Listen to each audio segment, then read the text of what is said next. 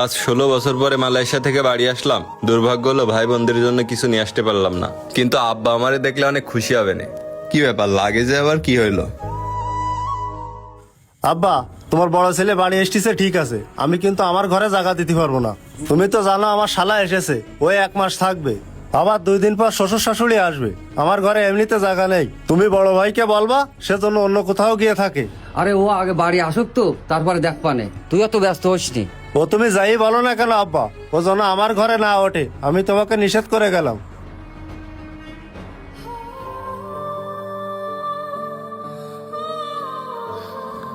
আব্বা কেমন আছো তুমি?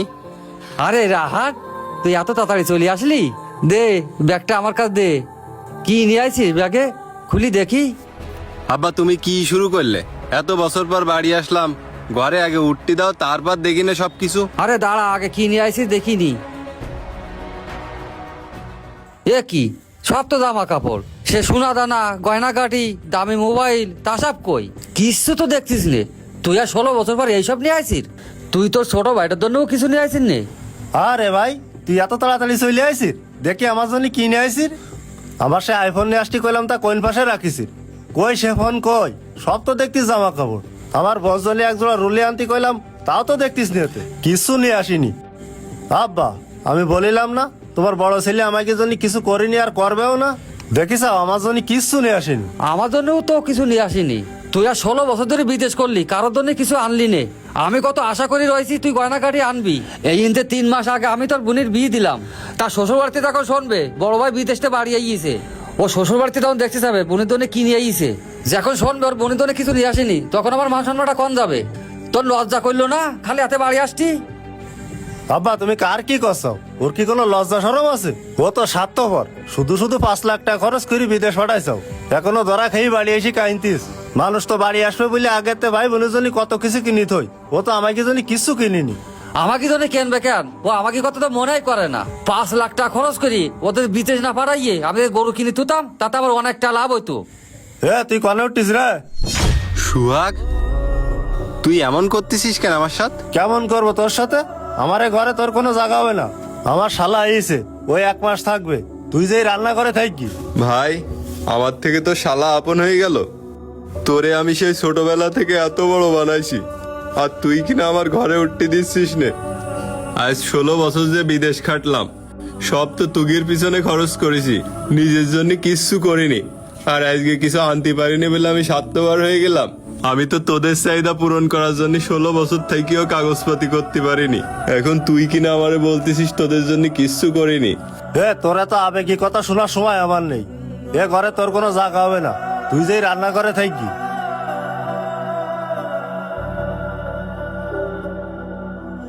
হ্যাঁ, আর 16 বছর বিদেশ খেটে খালি হাতে রান্না করতে করতে বাড়ি আইস। মানুষের ছেলে মিলে জায়গা জমি কিনে বই মেলাতিছে, আর আমারই নেই ধরা খাই বাড়ি আইস।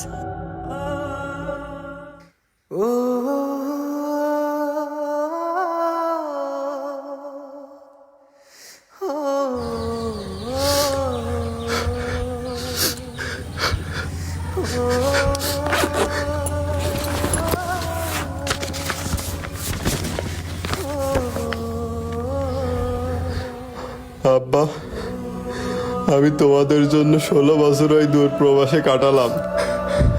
প্রতি মাসে খেয়ে না খেয়ে টাকা পাঠালাম, সেই টাকায় ছোট ভাইয়ের ঘর হলো, বোনের বিয়ে হলো, কিন্তু আমার থাকার জায়গা হলো না। ভালো থেকো তোমরা, আমি চলে যাচ্ছি, আর কখনো ফিরে আসবো না।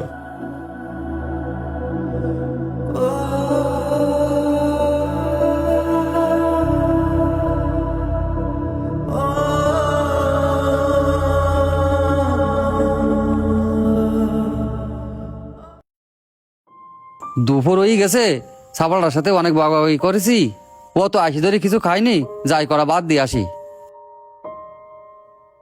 ও রায়হান, রায়হান কই তুই? আয় বাজান, দুপুর হয়ে গেছে, কয়টা ভাত খাই নে।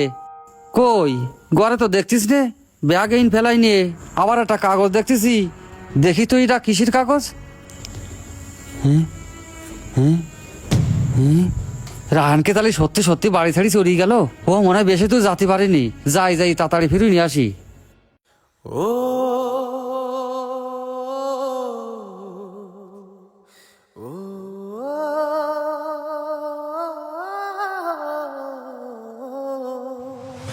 এ কি সব তো জামা কাপড়, সে সোনা দানা গয়না গাড়ি দামি মোবাইল তা সব কই?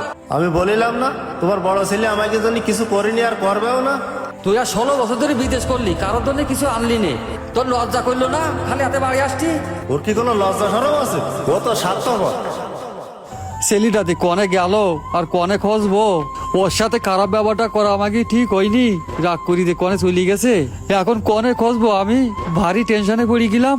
হ্যাঁ নাজবুল, আমার রাহানে দেয়ছি না তো চাচা, ও বাড়ি আইস? হ্যাঁ সকালে বাড়ি আইছে, ওর সাথে আমরা বগাবগি করেছি, তা রাগ করে কনে চলে গেছে। না চাচা, আমি দেখিনি। এখন কনে খসবো আমি, কনে যে গেল সে। ওদের বিদেশ না পারাইয়ে আমি গরু কিনে তুলতাম, তাতে আমার অনেকটা লাভ হতো। আর 16 বছর বিদেশ খেলি খালি হাতে ডান্ডা করতে করতে বাড়ি আইস, তোর লজ্জা করলো না? খালি হাতে বাড়ি আসছি।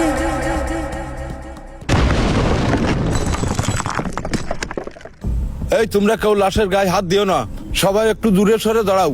আমি থানায় ফোন দিচ্ছি, পুলিশ আসবে, তদন্ত করবে। হ্যালো, আসসালামু আলাইকুম স্যার। ওয়ালাইকুম আসসালাম। স্যার, আমাকে ত্রিমণি বাজারে রাস্তার পাশে রক্তাক্ত অবস্থায় একটা ছেলে পড়ে আছে। ছেলেটা হয়তো দুর্ঘটনায় মারা গেছে, আমরা তো তাকে চিনতে পারতেছি না। আপনি একটু তাড়াতাড়ি ফোর্স নিয়ে ত্রিমণি বাজারে চলে আসুন। আচ্ছা ঠিক আছে, রাখো, আমি 10 মিনিটের ভিতরে চলে আসতেছি। কি ব্যাপার, এখানে এত লোকজন কেন? দেখি দেখি কি হইস। ও আল্লাহ, এ যে আমার রায়ান। ও রায়ান, কি বাবা তুই এখানে শুয়ে রয়েছিস কেন? কি ব্যাপার, রায়ান কথা করছে না কেন? ওট বাজার কথা করছিস না কেন? কি হইস তোর?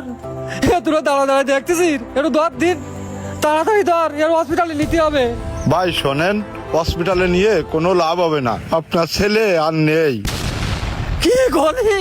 ও রায়ান, ও বাজার, তুই কেন আত্মহত্যা করলি? ও বাজার, কেন তোর সাথে আমি বকাবকি করলাম? ও রায়ান, ও বাজার। ভিডিওটি আপনাদের কাছে কেমন লেগেছে অবশ্যই কমেন্ট করতে ভুলবেন না। এমন আরো নতুন ভিডিও দেখতে অবশ্যই পেজটি ফলো দিয়ে সাথেই থাকুন।